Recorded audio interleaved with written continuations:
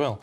Mind you, if you're staying in bed looking at the Sunday papers, well, they are all awash this morning with speculation over Rishi Sunak's time as Prime Minister.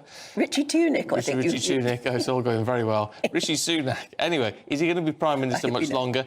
Because there are fears in number 10 of a Penny Mordaunt ascendancy. Yeah, it's in the Telegraph today, and it's reporting that right-wing Tory MPs are using Penny Mordaunt as a stalking horse, a way to oust Rishi, using her as a ploy, if you like, to start a leadership contest and then put in their own candidate. So basically she's not their number one candidate, but she would be somebody who might be influential enough to cause change. She wouldn't want to be a stalking horse. No, she wants to be leader. Yeah. However, senior Conservatives like Jacob Rees-Mogg and David Davis are rallying behind the PM, calling the idea mad and bonkers. David Davis said, I think all this Mordaunt stuff is put up by her enemies, not her friends. Which is an interesting point, actually, when you think about it. We're joined now by political commentator Jack Rowlett.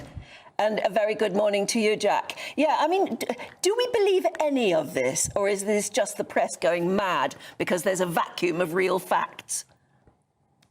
Oh, I think the plot is real. Whether it's going to work or not is quite another question. I think the one thing people hate more at the moment than the Conservative Party is the Conservative Party when it's most divided. We know that their poll ratings, their approval ratings fall whenever there's all this infighting.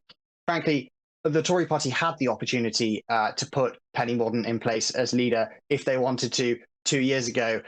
The so-called Tory right torpedoed our chances of becoming Prime Minister over the trans rights issue and instead decided to put forward its most visionless candidate in the form of Rishi Sunak and its weakest communicator and leader in the form of Liz Truss.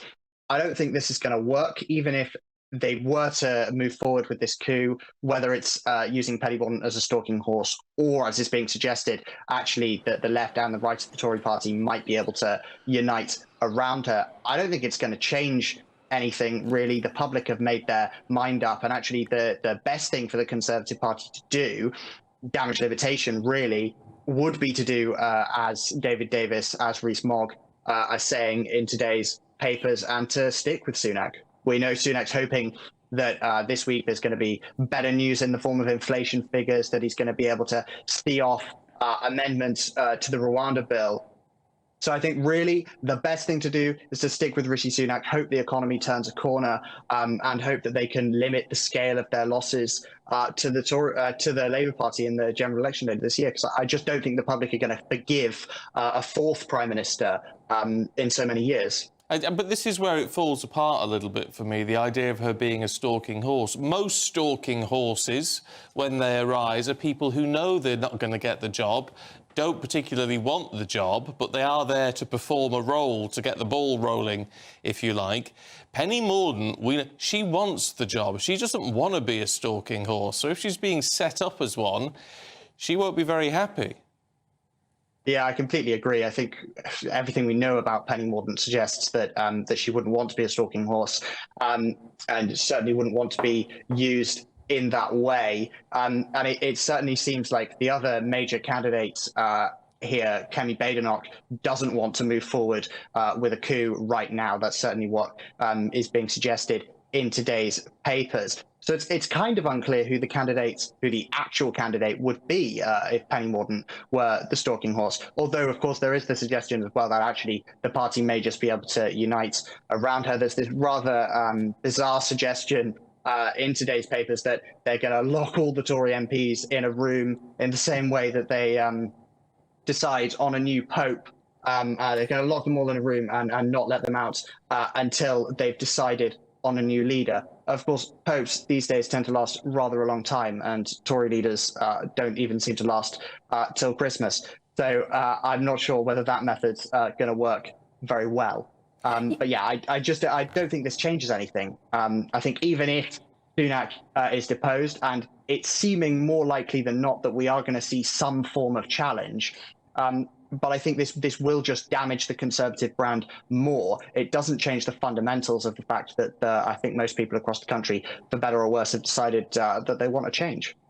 But when you have, day after day after day of these very damaging headlines about Rishi Sunak's hold on to power, as it were, in the end, it's like when you become the story, you just have to go, because the story is that nobody has any faith in him. That's the story, suggested anyway. When that is just repeated so often, it becomes the truth, doesn't it? And you wonder how on earth he can hang on in there, seeing these awful headlines every day. Yeah, and look, I think if we hadn't had kind of the saga with Partygate and Boris Johnson and his very public deposal, and then Liz Truss, I think it would be right for the Tory party to maybe have one last roll of the dice and ditch Sunak. But the problem is they've already done this. They've already tried getting rid of their leaders and installing a new one. So I think, yeah, Sunak, he's a visionless prime minister. He's weak. I think time after time, week after week, we're seeing more stories about Sunak's loss of control. But actually, if it doesn't change the kind of fate of the Tory party, there doesn't seem to be much point, because you'd have to do a whole lot of very public bloodletting, so to speak, in order to get rid of Sunak. I certainly don't think he would go quietly for very little real gain in the medium term. I think really they've got to stick with Sunak and just wait and hope something comes up. But of course, the local elections are coming up too. We know that's going to be a massacre for the Conservative Party. So I think the chances of a challenge are going up. The chances of a challenge succeeding in turning around the fate of the Tory Party are very low, though. Yeah, meanwhile, I mean, there's plenty of criticism about Keir Starmer and the uninspiring Labour Party at the minute, to be perfectly honest. And yet this is a blessing, isn't it? I mean, quite literally, all they have to do is sit back and say virtually nothing. Yeah, I mean, there's the old adage, isn't there, that oppositions don't win elections, governments lose them. And I think that's very, very true in this case.